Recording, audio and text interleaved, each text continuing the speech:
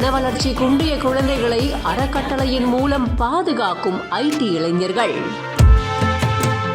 12ஆம் ஆண்டு விழாவில் ஆசிரியர் சொல்ல சொல்ல நடனமாடிய குழந்தைகள். புஷ்பா மற்றும் தங்கலான் படத்து பாடல்களுக்கு பார்வையாளர்கள் மத்தியில குழந்தைகள் டான்ஸ் ஆடின விஷயம் பலரையுமே நெகிழ்ச்சியில ஆழ்த்தியிருக்கு.